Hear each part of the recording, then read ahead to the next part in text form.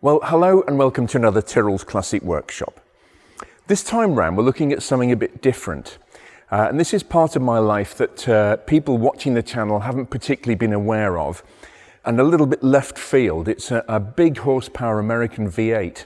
And people were used to seeing the Italian Exotica, the Miuras, the Countaches, the Porsche 911 RSs, and it could end there. But the funny thing is, I've been in the engine tuning business for 40 years, and I've tuned a lot of American V8s along the way of different performance and different power outputs over the years, different specifications, different modifications. So this has been very much part of my life, but this is the first time I've featured a big American V8 on the channel. And what I want to start with, the Dodge Challenger RT 426 Hemi. And as soon as you say the word Hemi, any American drag racer or V8 nut is guaranteed to go weak at the knees, because it was such a powerful word that Chrysler actually trademarked it in the mid-1960s when this engine first came out. This is a 1970 car, and it's such an iconic trademark, and I don't like using the word iconic, but I think we can get away with it here. But Hemi really does carry an enormous amount of weight, not just physically, but also in terms of admiration and all that sort of stuff. So we've got this car here. It's 426 cubic inch, 7 litre V8. Unlike most American V8s, it didn't start life as a fairly humble engine that was developed up the way to produce big horsepower, like a lot of the cars of the 1960s. This car was a detuned racing car engine. So Chrysler went racing with this engine in the NASCAR series. It became so successful, Ford actually objected and had it outlawed on technicalities, which was something Ford did quite regularly at that time because they carried enormous weight in NASCAR racing. But the engine itself, in stock trim as it is here, produces 425 brake horsepower at 5,000 RPM and 490 pounds per foot of torque at 4,000 RPM. Now they sound like big numbers, but you've got to remember that there were all sorts of twists and turns within American horsepower ratings at the time. You had the SAE rating and then you had the DIN rating, which were two different things. But what increasingly happened was that during the late 1960s, insurance companies actually became very scared of insuring anybody with a muscle car, a proper serious muscle car, which this most definitely is. So the manufacturers started to underquote power ratings, and this engine is running completely stock, so it's got 4 big barrel carburetors on the top, which I'm going to tune, and it's got standard valve springs, standard camshaft, standard everything really, forged pistons, forged crankshaft, which came as stock on this engine. But otherwise, even the headers, the exhaust manifolds, are cast iron. They're reasonably efficient, but they're not as efficient as a proper set of stainless steel extractors. So net result is, this engine actually in reality produced a lot more than 425 brake horsepower. But if you started doing some modifications to it and reintroduced some of the race bits that Chrysler had taken off, you can get up to 700 horsepower out of one of these engines fairly easily. This is a serious engine.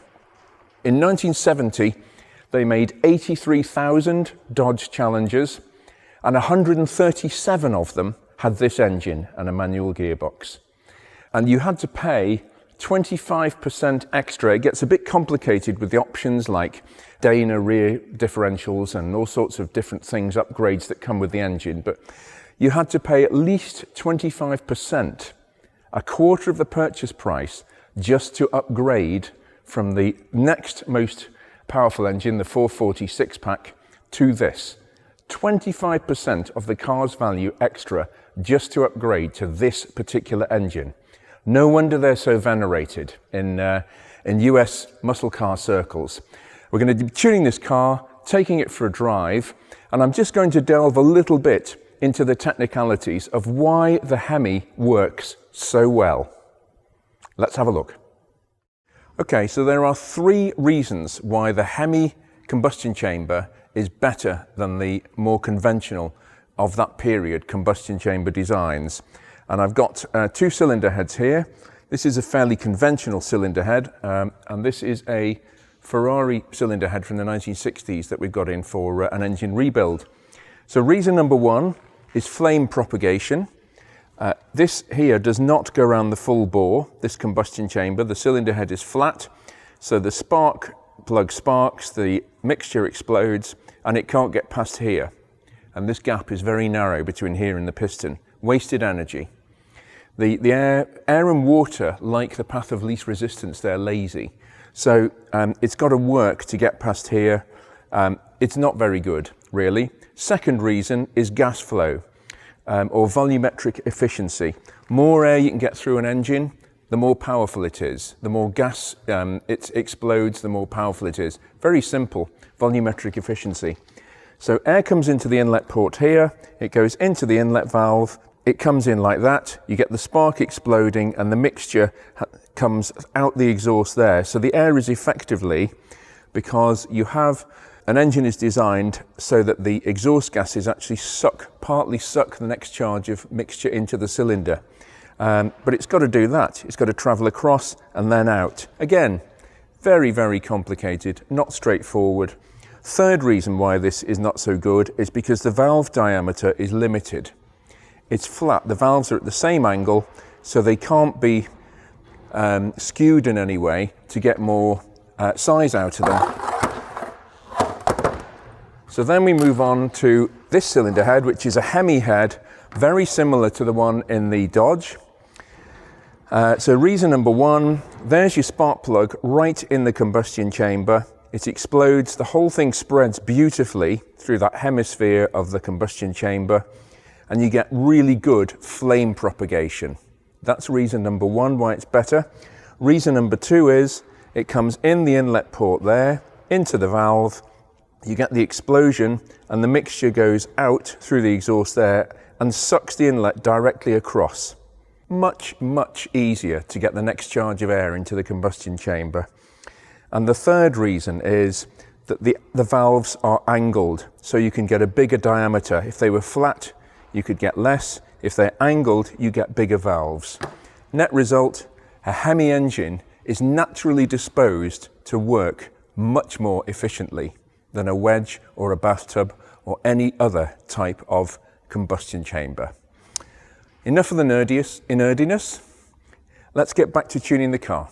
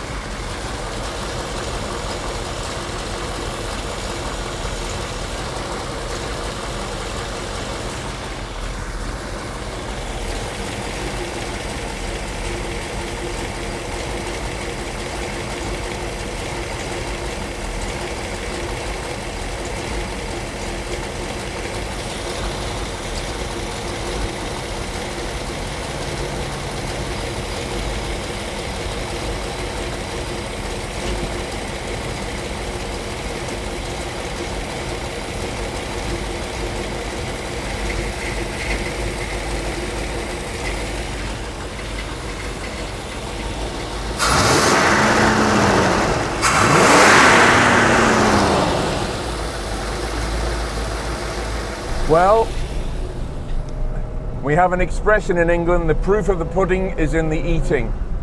And this is a very big pudding with lots of big pudding bowls in it. And yeah, I mean, it's a big car. It's amazing how different American cars are on European roads and vice versa. I'm just making sure that the engine is thoroughly warmed through. It is, of course, because I've been tuning it, but I just want to get the oil circulating, get everything thermally stabilized. It's a bit of a pussycat at the moment. You've got the power brakes, very heavily power assisted steering, and the ride is not too bad. The suspension is pretty firm, as you'd expect, bearing in mind the power, but it's not too bad, and the seat's comfy. I mean, this is definitely, it's the American dream. It's driving on a freeway on a sunny day with your friend playing the guitar in the back. Yeah, it's all going on, but not quite on an English B road. But anyway, what is certainly going to be going on is what's under the hood, under the bonnet. So we'll just move this pistol grip shifter down into second gear, and let's see what that performance is actually like.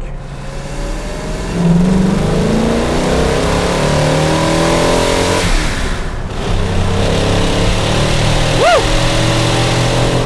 Fantastically quick. It's a good job it's a dry road, because this would be an absolute handful in anything other than dry conditions. And what an amazing, really, considering the car is so big, what an amazing unleashing of power this thing has got. Just incredible.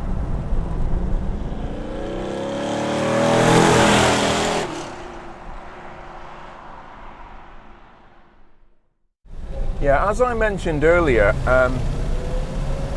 as far as these cars were concerned, the benchmark was acceleration.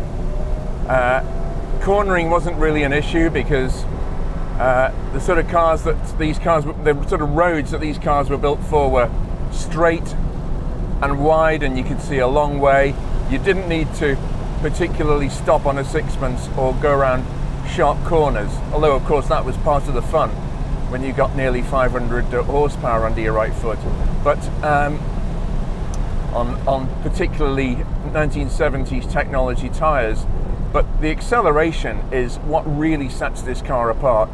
And a 0 to 60 time in period of 5.4 seconds, 5.3 seconds was supercar territory worldwide. The car that most, probably closest in performance, was the Ferrari Daytona on acceleration, and that was quoted by Ferrari when it came out in 68, 69 as 5.4 seconds 0 to 60. So this was amongst the fastest accelerating cars on the planet at the time, not just in the US. An amazing achievement. And I repeat, this engine is in stock trim. This is detuned, this engine, for road use. It started life as a racing car engine, not the other way around like a lot of American V8s. They started life as a stock engine that, like the wonderful small block Chevy, that just gradually got altered and breathed on and changed and became a very, very credible racing car engine. But this was designed from the start with those wonderful hemispherical combustion chambers to be completely uncompromising. And this is about as tame as it got. 425, which is what Dodge claimed for the engine, brake horsepower. There was such a lot of confusion at this time around SAE and DIN horsepower. You had different readings and different ratings, but what Dodge consistently did, as is the other manufacturers of the time with these cars, was they played down the horsepower ratings and actually underquoted. And I've seen these on dynos making, even in standard stock trim, close to 500 horsepower, which is way above the claimed 425. And we get this wonderful sweet spot of 1970 V8 Mopar and Detroit iron and aluminium. And the results are just fabulous. I'm going to just open those Hemi combustion chambers up again.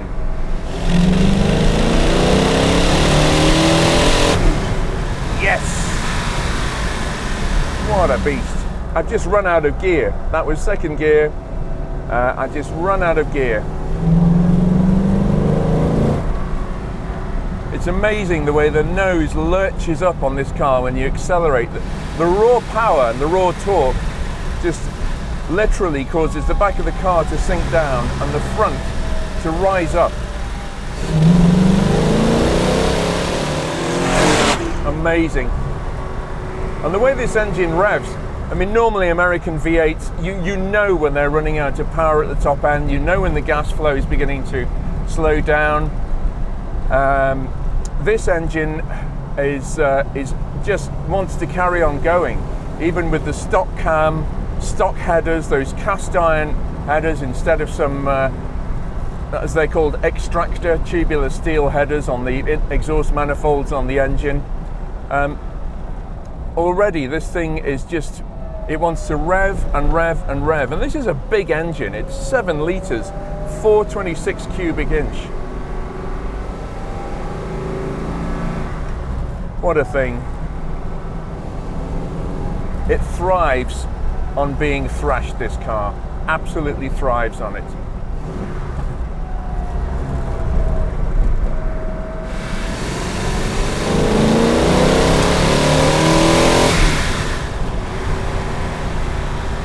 And this Hurst shifter, this pistol shifter, which looks like some sort of crazy aftermarket thing, is actually original equipment standard. And it's a real joy to use. It just fits perfectly. Yeah, you feel like Clint Eastwood with a Colt 45 in your hand, waiting to shoot up some, you know, department store burglars or something. This is living the American dream. Yes.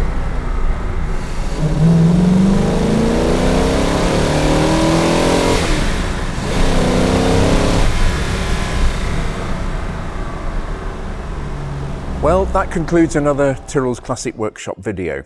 And if you particularly fancy this car, it's coming on the Market Classic Car Auction website very, very soon, within the next few hours or days. So keep a lookout for that. Don't forget to like, share, subscribe. And also, if you want to catch up on things that are going on more generally to do with Tyrrell's Classic Workshop, please follow my Instagram account. And we'll be back with something else very soon.